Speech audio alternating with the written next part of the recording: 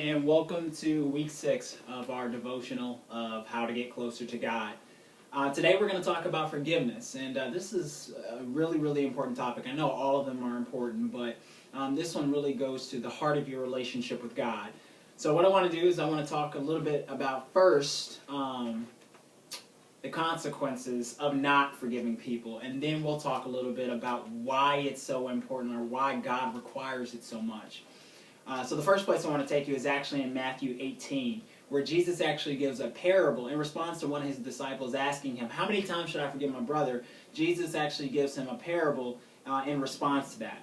And I'm going to paraphrase the parable for you just to help it make sense to people. And I recommend you go read it, though. It's in Matthew 18, verses 21 through 35. But, here's the story. Basically, there's a servant who comes before his king. And he owes this king, in today's terms, literally millions of dollars that he owes the king. And the king says to him, you owe me this money, let's settle this up, let's settle up, and you need to pay me. And the servant realizes that he cannot pay the king, so he tells him, I don't have that kind of money. I'll never have that kind of money. So the king says, fine, if you can't pay me, then I'm going to take everything you own, including your family, you, your wife, your children. I'm going to sell you, I'm going to sell everything you owe to pay back the debt. The man, hearing this is distraught, and he falls on his knees before the king, and he begs him, he says, please don't do this. Please don't do this. Don't break up my family. Don't sell everything out. Don't make me a slave. Please don't do this. And the king has compassion on him in this moment, and he says, you know what? Okay, you've touched my heart. I don't want to do that to you. I'm going to forgive the debt. So the millions of dollars that you owe me, don't even worry about it. You know what? Just go forth. It's fine. The man then leaves the king's, the kingdom, and he goes out, and he runs into one of his fellow servants, one of his peers, who owes him literally a couple of dollars. And he goes to him and he says, yo, you owe me this money, pay up. And the guy falls on his knees and says, I don't have the money, I'm sorry, forgive me, let me, just give me some time to pay it back. And he says, no. And he orders that the guy be put in jail until he can pay back the money, the few dollars that he owes him. The king finds out about it. The king calls the servant who he forgave his debt into him, and he says, what happened here? He's like, didn't I forgive you millions of dollars of debt, and yet you turn around to your brother and you throw him in jail over a few dollars? You know what? I take back everything that I said. The debt is no longer forgiven. I'm going to put you in jail, and I'm going to have them torture you and whip you and keep you there until you can pay back your debt. And Jesus ends the story by saying, and that is what God will do to us if we don't forgive people. I mean, it's a really simple story that basically gives the dynamics of our relationship with God and then our relationship to each other. We owe God so much, and for Him to be willing to forgive us and set that example for us, how dare we not forgive someone else who can never slight us or offend us in a way more than we've offended or slighted God. So that's the story that really sets that principle in Matthew 18. But what I really want to talk about is a little bit about why God requires it so much. And that you will actually get from John 13. And I want to focus in on John 13:34. And again, this is Jesus talking to Peter. And he says, a new commandment I give you, love one another, as I have loved you. So you must love one another. By this, all men will know that you are my disciples, if you love one another. Okay, so we know right there that God makes it very clear, Jesus makes it very clear that we are called to love one another.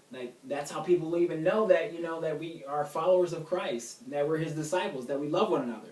Well, then what does the Bible talk about love? Everyone knows about 1 Corinthians 13. Love is patient, love is kind, and then they get a little lost. They know those first two, but let's keep going. It talks about the fact that it doesn't envy, it doesn't boast, it's not proud, but this is where I really want to take you guys. It says, it is not easily angered, and it keeps no records of wrong.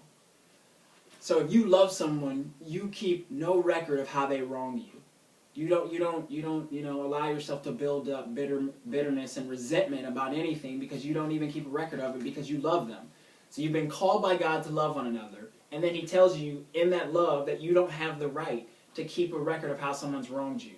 And the very simple fact of it is that when you don't forgive someone, it builds into a resentment or a bitterness.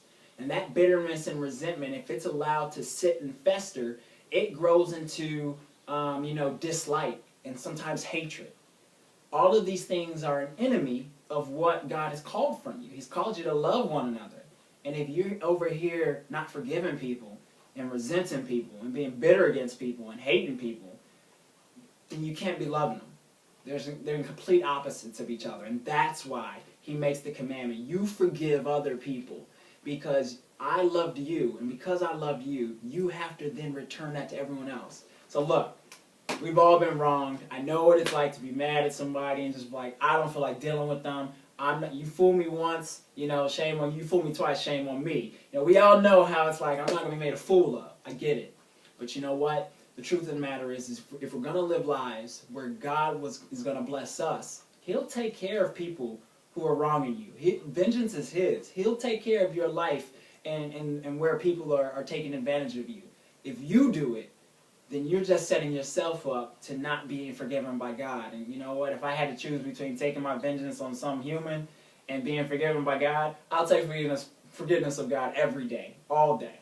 So that's going to cover this week in week 6, talking about forgiveness. And that's actually going to conclude this portion of the devotionals on prayer.